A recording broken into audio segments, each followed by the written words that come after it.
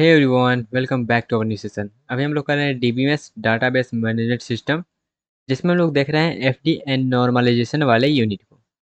उसी को आगे कंटिन्यू करते हुए अब हम लोग जो है अपना नेक्स्ट टॉपिक डिस्कस करने जा रहे हैं, जो कि एक इम्पॉर्टेंट टॉपिक है, जो कि है प्रॉपर्टीज ऑफ डिकम्पोजिशन। यहाँ पे हम लोग जो है पढ़ेंगे डिकम्पोजिशन के बारे में। तो चलिए स्टार्ट करते हैं और समझते हैं ये डिकम्पोजिशन मतलब होता क्या है। तो डिकम्पोजिशन का सिंपल सा मतलब होता है क्या, डिवाइड करना। Decomposition is the process of dividing a relation into two और more smaller relation without losing important information. जैसे कि हम लोग डिवाइड करेंगे, ठीक है, लेकिन हमको ऐसे डिवाइड करना है कि हमारे पास जो भी इन्फॉर्मेशन है वो इन्फॉर्मेशन जो है लूज ना हो जाए। मतलब वो हमारे पास इन्फॉर्मेशन रहना चाहिए अगर हम डिवाइड कर रहे हैं फिर भी। इसको हम लोग बोलते हैं डिकम्पोजिशन। तो डिकम्पोजिशन का मतलब आई होप आपको समझ में आया होगा कि डिवाइड तो करना है, लेकिन वहाँ पे कंडीशन ये है कि इन्फॉर्मेशन भी इधर उधर नहीं होना चाहिए। जैसे कि सपोज करिएगा, यह हमारे पास एग्जांपल है कि ये हमारे पास एक रिलेशन दिया गया है, स्टूडेंट आईडी, नेम, डिपार्टमेंट, ये दिया गया है। इसको हम लोग जो है डिकम्पोज कर सकते हैं। कैसे? स्टूडेंट आईडी और स्टूडेंट नेम में, बिल्कुल। उसके बाद पहले हम ये दोनों को ले लिए, अब ये दोनों को भी ले सकते हैं, बिल्कुल ये दोनों को ले लीजिए। तो इस टेबल को हमने जो है दो पार्ट में डिवाइड किया, एक और यहाँ पे हमारा एक दूसरा। दो पार्ट में हमने क्या किया, इसको डिवाइड कर दिया। जहाँ पे हमारा कोई भी इंफॉर्मेशन जो है वो ख़त्म नहीं हो रहा है, इंफॉर्मेशन सेम है दोनों में। इसको हम लोग बोलते हैं डिकम्पोजिशन। ठीक है, आई होप आपको ये डिकम्पोजिशन का मतलब समझ में आया होगा। अगर डिकम्पोजिशन का मतलब समझ में आ गया होगा तो हम लोग जो है डिकम्पोजिशन करते क्यों हैं, क्या ऐसा ज़रूरी आ गया कि हम उसको डिवाइड कर रहे हैं। तो उसको डिवाइड हम इसलिए करते हैं ताकि हम जो है रिडंडेंसी को रिड्यूस कर पाएँ, रिमूव कर पाएँ। जो हमारे पास एक डाटा बार बार कॉपी हो रहा है उसको हम लोग रिमूव कर पाएँ, डाटाबेस डिज़ाइन को इम्प्रूव कर पाएँ। ये सब हमारा कुछ पर्पस होता है जिसके लिए हम लोग जो है डिकम्पोजिशन को परफॉर्म करते हैं। अगर हमारे पास मान लेते हैं एक अच्छा हमको डिकम्पोजिशन करना है, प्रॉपर्टीज ऑफ गुड डिकम्पोजिशन, अगर हमको अच्छे से डिवाइड करना है टेबल को, तो हमारे पास क्या ऐसा टूल है जिसके थ्रू हम कर सकते हैं। तो अगर आपका दो कंडीशन सेटिस्फाई कर जा रहा है डिकम्पोजिशन में, दो प्रॉपर्टीज अगर आपका सेटिस्फाई कर जा रहा है, तब हम बोलेंगे वो जो डिकम्पोजिशन आप किए हैं टेबल में वो एक अच्छा डिकम्पोजिशन है। अदरवाइज अगर ये दोनों सेटिस्फाई नहीं किया तो हम बोलेंगे ये दोनों जो है, ये जो डिकम्पोजिशन है वो सही डिकम्पोजिशन नहीं है, कहीं ना कहीं आपका डाटा लॉस हो रहा है। तो वो दो चीज़ क्या है, तो वो दो चीज़ आपका है लॉसलेस डिवाइस जो है ज्वाइंट डिकम्पोजिशन, सेकेंड आपका है डिपेंडेंसी प्रिजर्वेशन डिकम्पोजिशन। तो ये दोनों जो है आपका, ये दोनों स्टार है इसके लिए। ये दोनों सेटिस्फाई अगर हो जाता है तो आपका जो है अच्छा डिकम्पोजिशन है, अदरवाइज अच्छा डिकम्पोजिशन नहीं है। तो चलिए ये दोनों को समझते हैं कि ये आखिर है क्या। तो सबसे पहले हम लोग देखेंगे जो है लॉसलेस ज्वाइंट डिकम्पोजिशन। अब ये लॉसलेस ज्वाइंट मतलब क्या है, लूज मतलब तो समझते होंगे, लेस मतलब जो इसमें हम लोग लेस नहीं करेंगे। तो a decomposition is called lossless joint decomposition if after joining decomposition relation original relation can be obtained exactly no information should be lost। मतलब हम डिकम्पोज तो कर दिए, ठीक है, लेकिन उस डिकम्पोज रिलेशन जो हमारे पास रिलेशंस आया है, उस रिलेशन को अगर हम फिर से जो है आपस में जोड़ेंगे, तब हमारे पास जो है वो फिर से सेम जो ओरिजिनल हमारे पास रिलेशन था वो बन जाए। उसको हम लोग बोलेंगे lossless joint decomposition. I hope आपको ये चीज़ समझ में आया होगा। अब कंडीशन क्या है इसका, कंडीशन क्या है, तो कंडीशन ये है कि common attribute between decomposition relation should be candidate की और सुपर की इन एट एनी वन रिलेशन। कहने का मतलब ये है कि जब हम डिकम्पोज कर रहे हैं, ठीक है, डिकम्पोज कर दिए, तो डिकम्पोज हम किस बेस पे कर रहे हैं, तो वहाँ पे ये कहता है कि common attribute between decomposition relation, दोनों के बीच में जो कॉमन एट्रीब्यूट है वो होना चाहिए क्या, कैंडिडेट की, कैंडिडेट की और सुपर की इन एट लीस्ट वन रिलेशन, किसी एक रिलेशन का कैंडिडेट की या फिर सुपर की होना चाहिए वो। जैसे कि let R be a relation schema, इसको आप दूसरे तरीका से इस तरह से समझ सकते हैं कि हमारे पास आर क्या है, एक रिलेशन स्कीमा है जिसका इंस्टेंसेस जो है वो आर वन आर टू इस तरह से दिया गया है। इसको अगर हम डिकम्पोज करते हैं relation R one R two R three में इस तरह से, तो सबको ज्वाइन करने के बाद जो हमारा है वो अगर आ गया ओरिजिनल आर, तो उसको हम लोग बोलेंगे लॉसलेस ज्वाइन डिकम्पोजिशन। अगर हमारे पास वो नहीं आया तो उसको हम लोग बोलेंगे लॉसी ज्वाइन डिकम्पोजिशन। तो लॉसी ज्वाइन में क्या होता है, एक्स्ट्रा टप्पल आ जाता है जिसको हम लोग बोलते हैं स्पूरियस टप्पल। तो ये होता कैसे उसको समझते हैं। तो उसको समझने के लिए एक एग्जांपल लेते हैं जहाँ पे आपको जो है वो नेचुरल ज्वाइन का कंसेप्ट आना चाहिए। इसको हम जो है ज़्यादातर समझेंगे किसमें, तो जब हम एसक्यूएल वगैरह करेंगे तब वहाँ पे हम लोग समझेंगे ज़्यादातर, लेकिन फिलहाल के लिए यहाँ पे यूज़ होगा तो समझ लेते हैं। नेचुरल ज्वाइन सिंपल सा मतलब क्या होता है, दो टेबल को ज्वाइन करने का तरीका। दो टेबल को ज्वाइन करने का तरीका है। जैसे हम अगर मान लेते हैं एक हमारे पास टेबल आर है और एक टेबल हमारे पास एस है, तो दोनों को हम ज्वाइन करेंगे ना, उसको हम लोग बोलेंगे नेचुरल ज्वाइन। इसको हम लोग जो है डिनोट करते हैं कुछ इस तरह से, ठीक है। इस तरह से इसको हम लोग क्या करते हैं, डिनोट करते हैं। अब इसको हम करते कैसे हैं, तो इसको करने का तरीका क्या है, इसको करने का तरीका ये है कि 3 स्टेप में हम इसको करेंगे। स्टेप 1 क्या कहता है, cross product of R and S. R और इसका क्या करो, क्रॉस प्रोडक्ट लो। अब क्रॉस प्रोडक्ट कैसे लेते हैं, तो क्रॉस प्रोडक्ट हम इस तरह से लेते हैं कि आर है और एस है। आर में हमारे पास एन टपल है और सी वन एट्रीब्यूट है। फिर से वही एस टू में, एस में जो है हमारे पास एन टू टपल है और सी टू एट्रीब्यूट है। जब हम क्रॉस प्रोडक्ट लेंगे तो क्रॉस प्रोडक्ट हमारा कुछ इस तरह से होगा कि ये जो टप्पल वाला है ना वो मल्टीप्लाई हो जाएगा और ये जो एट्रीब्यूट है वो सम हो जाएगा। इस तरह से आपको याद आना चाहिए। एग्जाम्पल लेंगे तो समझ में आएगा फिलहाल के लिए, बस देखते जाइए। फिर अगला स्टेप हमारा क्या कहता है, अगला स्टेप कहता है select the tuple which satisfy equality condition on all common attribute from R. जो हम क्रॉस किए हैं उस क्रॉस में जो भी इक्वालिटी कंडीशन को सेटिस्फाई कर रहा है उसको क्या करिए, सेलेक्ट कर लीजिए, उस टपल को सेलेक्ट कर लीजिए, उस रो को सेलेक्ट कर लीजिए।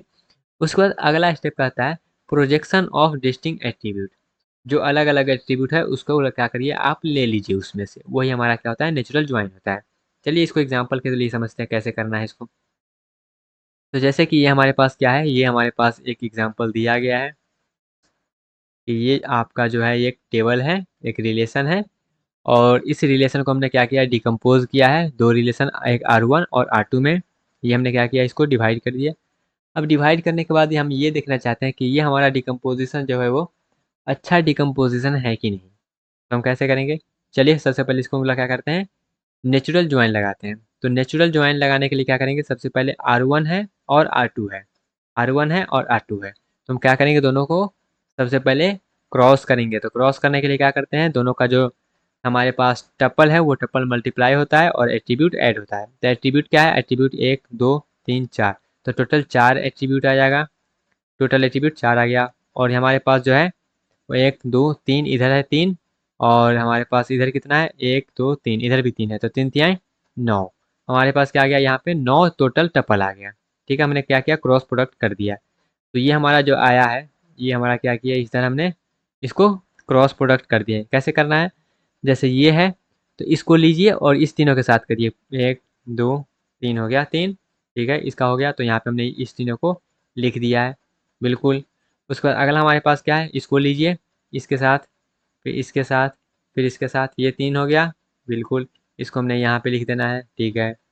फिर इसको लीजिए, इसको इसके साथ, इसके साथ, इसके साथ, 4 4 हुआ रहा है, तो यहाँ पे हमने क्या किया, इसको भी यहाँ पे लिख दिया है। इसी को लिख देना, इसी को हम लोग बोलते हैं क्या, इसको हम लोग बोलते हैं क्रॉस प्रोडक्ट। अब क्रॉस प्रोडक्ट लेने के बाद अगला स्टेप क्या कहता है, तो अगला स्टेप कहता है कि जो भी इक्वालिटी कंडीशन को सेटिस्फाई करता है उसको ले लीजिए। तो स्टेप 2 में क्या करेंगे, जो भी इक्वालिटी कंडीशन को सेटिस्फाई करता है उसको ले लेंगे। तो इक्वालिटी कंडीशन को कौन सेटिस्फाई करेगा, जो भी कॉमन एट्रीब्यूट में था। तो कॉमन क्या है, कॉमन यहाँ पे बी है।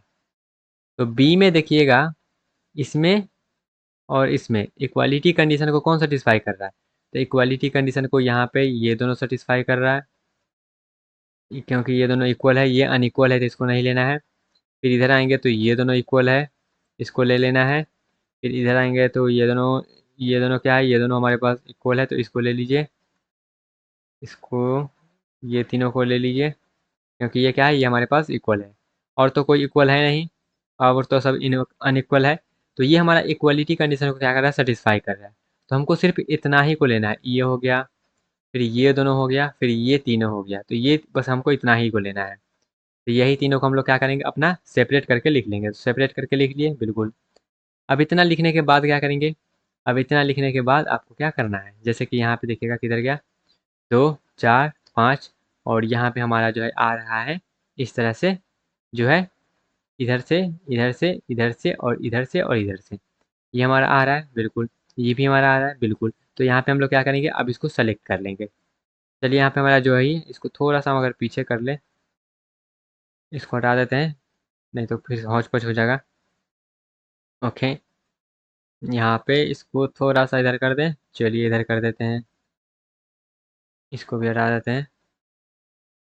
ओके, तो यहाँ पे हमने क्या किया, यहाँ पे हमने ये लगा दिया, और ये लगाने के बाद क्या स्टेप कहता है, अगला स्टेप कहता है select the tuple which satisfy equality condition on all common attribute from R and S. हमारा क्या है, क्रॉस में जो हम किए हैं इसमें जो भी इक्वलिटी कंडीशन को सेटिस्फाई कर रहा है उसको क्या करिए, उसको सेलेक्ट कर लीजिए। जो भी इक्वलिटी कंडीशन को सेटिस्फाई कर रहा है उसको चुपचाप से सेलेक्ट कर लीजिए। सेलेक्ट कर लिए, बिल्कुल सेलेक्ट कर लिए। सेलेक्ट करने के बाद अगला स्टेप क्या कहता है, अगला स्टेप हमारा कहता है कि उसमें जो भी एट्रीब्यूट है उस एट्रीब्यूट को हमको सिंपल सा लिख देना है। तो एट्रीब्यूट इसमें कौन कौन सा है, तो यहाँ पे हमारे पास जो एट्रीब्यूट है वो एक एट्रीब्यूट ये है कि कॉमन कौन सा था, कॉमन हमारे पास यही दोनों कॉमन था ना। तो इसमें से हम क्या करेंगे, एक को हटा रखेंगे, बाद बाकी सबको हटा देंगे। तो सिर्फ हम एक को रखें और बाद बाकी सबको हटा दिए। तो हमारे पास ओरिजिनल जो रिलेशन था वो रिलेशन क्या था, वो था ये वाला और ये वाला। तो यहाँ पे हमारे पास ये जो देखिएगा, ये यहाँ पे 3 है और यहाँ पे कितना आ रहा है, यहाँ पे हमारे पास आ रहा है टोटल 5। तो 5 इसलिए आ रहा है क्योंकि यहाँ पे हमारे पास ये दोनों जो है वो एक्स्ट्रा टपल है, एग्जैक्टली उसके सेम नहीं आ रहा है। जब सेम नहीं आ रहा है तो उसको हम लोग बोलेंगे क्या, इसको हम लोग बोलेंगे ये लॉसी ज्वाइन है। यहाँ पे हमारा सेम उसी तरह का रिलेशन नहीं आया है जैसा हमारे पास पहले था डिकम्पोजिशन से पहले। इसको हम लोग क्या बोलेंगे, इसको हम लोग बोलेंगे लॉसी ज्वाइन। ये हमारे पास लॉसलेस ज्वाइन नहीं है। जब लॉसलेस ज्वाइन नहीं है, पहला ही कंडीशन फेल कर गया, तो ये हमारा जो है अच्छा डिकम्पोजिशन नहीं है। ये जो डिकम्पोजिशन है वो सही डिकम्पोजिशन नहीं है। आई होप आपको ये चीज़ समझ में आया होगा। समझ में आ गया, ये जो डिकम्पोजिशन है वो सही डिकम्पोजिशन नहीं है, सही डिकम्पोजिशन ये नहीं है। ओके, फिर अगला हमारे पास, ओके समझ में आया, किधर गया भाई। ओके, सब सेम है, सेम है, सेम है, बिल्कुल सेम है, सेम है, सेम है, टोटल 5 ले लिए। ओके, चलिए आगे बढ़ते हैं। आ गया लॉसलेस निकालने आया। चलिए, अगर आपको ये मेथड थोड़ा सा लंबा लग रहा है तो आपको शॉर्ट मेथड बताते हैं। शॉर्ट मेथड क्या कहता है, शॉर्ट मेथड कहता है आपको शॉर्टकट में रिजल्ट ला के देंगे कि हमारे पास ये जो है वो लॉसी है या फिर लॉसलेस वाइज है। तो ये relation schema R with F D set, अगर आपके पास एफ डी सेट गिवन है, decompose into sub relation R1 and R2। तो अगर ये हमारा लॉसलेस ज्वाइन है, कैसे होगा, इफ़ सबसे पहले हम लोग क्या करेंगे, सबका यूनियन लेंगे। अगर यूनियन लेने के बाद हमारे पास R आ रहा है तो वो पहला स्टेप हुआ। फिर अगला स्टेप कहता है if common attribute of R and S either a super की ऑफ R1 या फिर सुपर की ऑफ R2 होना चाहिए। सुपर की ऑफ R1 या फिर सुपर की ऑफ R2। तो ये हम कैसे लेंगे, कॉमन एट्रीब्यूट निकालेंगे, उसका क्लोजर लेंगे तो हमको पता चल जाएगा। अगर सब आ गया तो वो जो है वो हो जाएगा, अदरवाइज वो नहीं होगा। तो इसको हम कैसे देखेंगे, तो इसको देखने का तरीका सिंपल सा तरीका है। चलिए मेथड 2 से हम लोग क्या करते हैं, इस प्रॉब्लम को सॉल्व करते हैं। सेम प्रॉब्लम है, इसको सॉल्व करते हैं। एग्जाम्पल स्टेप 1 क्या कहता है, तो सबका यूनियन लीजिए। तो ये डिकम्पोज किए हैं, ये डिकम्पोज किए हैं, तो ये दोनों का यूनियन लीजिए। जब यूनियन लीजिएगा तो हमारे पास क्या आ जाएगा, ए बी सी। तो ये पहला क्या है, सही हो गया। दूसरा स्टेप कहता है दोनों में जो कॉमन है उसको निकालिए। तो कॉमन क्या है, तो कॉमन हमारे पास बी है। तो इस बी का क्या करेंगे, इस बी का क्लोजर लेंगे। जब क्लोजर लेंगे तो बी से क्या आ गया, सिंपल सा बी। तो ये ना तो सुपर की ऑफ R1 है, ना ही ये सुपर की ऑफ R2 है। तो ये हमारा क्या होगा, ये हमारा लॉसलेस ज्वाइन नहीं आएगा, ये हमारा आएगा लॉसी ज्वाइन। आई होप आपको ये निकालने आ गया होगा। सेम वही एग्जाम्पल को यहाँ पे हमने रिपीट करके समझ लिया है। ओके, अगला हमारे पास है डिपेंडेंसी प्रिजर्विंग प्रॉपर्टी। अब ये क्या चीज़ है भाई, तो ये वही है जो आप सोच रहे हैं। क्या है मास्टर साहब, तो यही है, यही है, यही है। क्या है, चलिए समझते हैं। इसको थोड़ा सा ऊपर कर देते हैं।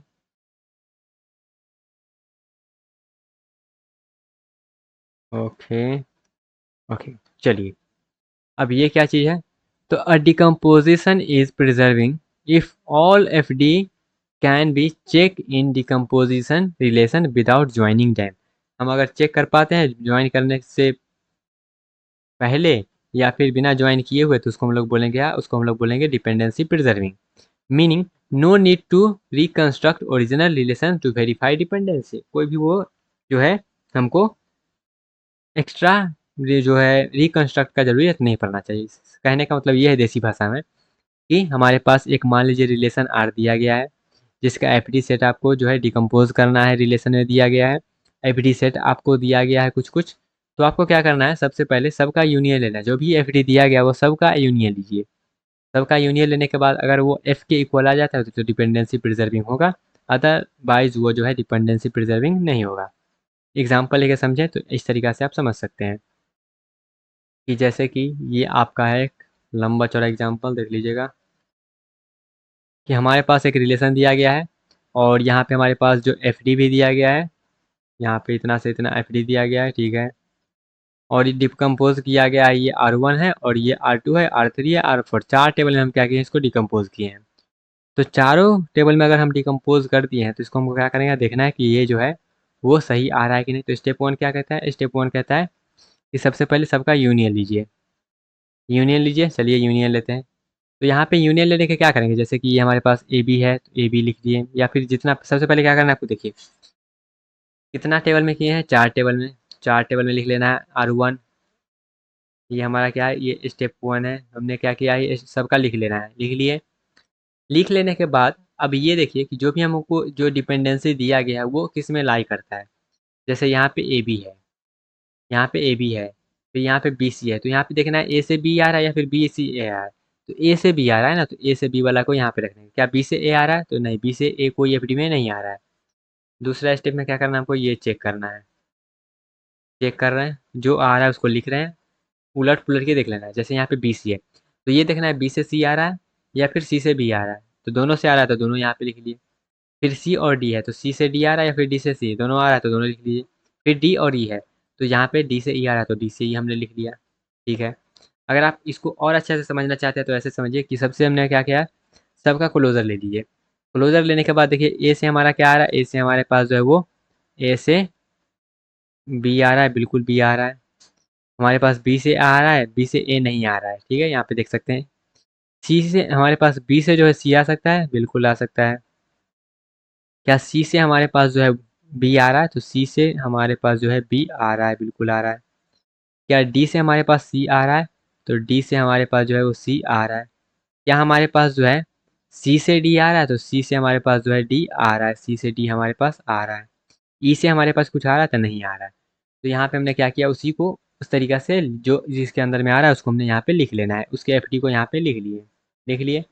अब लिखने के बाद क्या करना है, सबका यूनियन लीजिए। जो भी एफडी आया है इस सभी एफडी को यूनियन लीजिए। सभी एफडी का यूनियन लीजिए। तो सभी एफडी का हमने क्या किया, यूनियन लिया। आप इसको इस तरह से समझिए, ये हम जो किए हैं इसको इस तरीक़ा से समझिए। सबसे पहले एफडी के हेल्प से हम लोग क्या किए हैं, एफडी की हेल्प से हम लोग इसको लिख लिए हैं। इसको लिखने के बाद हम लोग क्या किए हैं, ये जो है यहाँ से यहाँ तक इसको हमने दूसरा स्टेप में लगाए हैं। तीसरा स्टेप हमारा यहाँ पे होगा। जो भी है ये जो भी है इसको क्या करेंगे, इसको हम लोग जो है यूनियन लेंगे। यूनियन लेने के बाद क्या करना है आपको, जो एग्जैक्ट एफडी दिया गया अगर उसके फॉर्मेट में बन गया तो ठीक है, अदरवाइज वो नहीं होगा। जैसे ए से बी है, ठीक है, ए से बी है, मिल गया। फिर ए बी से सी है, ये भी मिल गया। सी से बी है और हमारे पास सी से बी यहाँ पे नहीं है, नहीं है। सी से डी है तो सी से डी भी मिल गया। अब कौन सा बच गया, अब बच गया सिर्फ ये वाला। तो ये हमारे पास आ रहा है क्या, डी से बी सी आ रहा है क्या। तो ये एक हमारे पास है, एक ये है और एक ये है।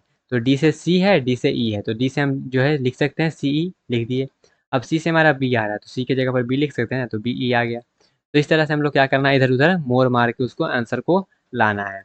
अगर आ गया F D, same F D बन गया, तो उसको हम लोग क्या बोलेंगे, उसको हम लोग बोलेंगे ये हमारा जो है वो डिपेंडेंसी प्रिजर्विंग है, अदरवाइज ये डिपेंडेंसी प्रिजर्विंग नहीं है। आई होप आपको ये समझ में आया होगा। तो जब भी हम लोग क्या करेंगे, देखेंगे कि हमारा जो ये डिकम्पोज किए हैं वो सही है कि नहीं, तो दोनों कंडीशन सेटिस्फाई होना चाहिए। सबसे पहला कि वो जो है हमारे पास लॉसलेस ज्वाइंट डिकम्पोजिशन होना चाहिए। दूसरा हमारे पास जो है वो डिपेंडेंसी प्रिजर्विंग होना चाहिए। अगर हम डिफरेंस की बात कर ले तो लॉसलेस ज्वाइंट जो डिकम्पोजिशन वो जो हमारे है वहाँ कहता है कि कोई भी हमारे पास इन्फॉर्मेशन लॉस नहीं होना चाहिए। डिपेंडेंसी प्रिजर्विंग है वो कहता है कि हमारे पास कोई भी एफडी जो है वो लॉस नहीं होना चाहिए। ओके। ओरिजिनल रिलेशन यहाँ पे रिकवर हो सकता है, यहाँ पे हमारे पास जो है डिपेंडेंसी यहाँ पे चेकेबल है कि नहीं वो देखा जा सकता है डायरेक्टली। ये टपल पर फोकस करता है और ये हमारे पास एफडी पे फोकस करता है। तो ये तभी होगा जब हमारे पास लॉसलेस भी होना चाहिए और साथ में जो है वो डिकम्पोजिशन प्रिजर्विंग भी होना चाहिए। आई होप आपको ये चीज़ समझ में आया होगा। तो ये रहा हमारे पास डिकम्पोजिशन के बारे में। आई होप आपको ये समझ में आया होगा, लेकिन फिर भी अगर कोई दिक्कत रह जाता है तो कमेंट सेक्शन में बता सकते हैं। तो गाइज ये रहा आपका properties of decomposition. I hope आपको समझ में आया होगा। मिलते हैं अपने अगले सेक्शन में, तब तक के लिए बाय बाय, टाटा, take care and all the best.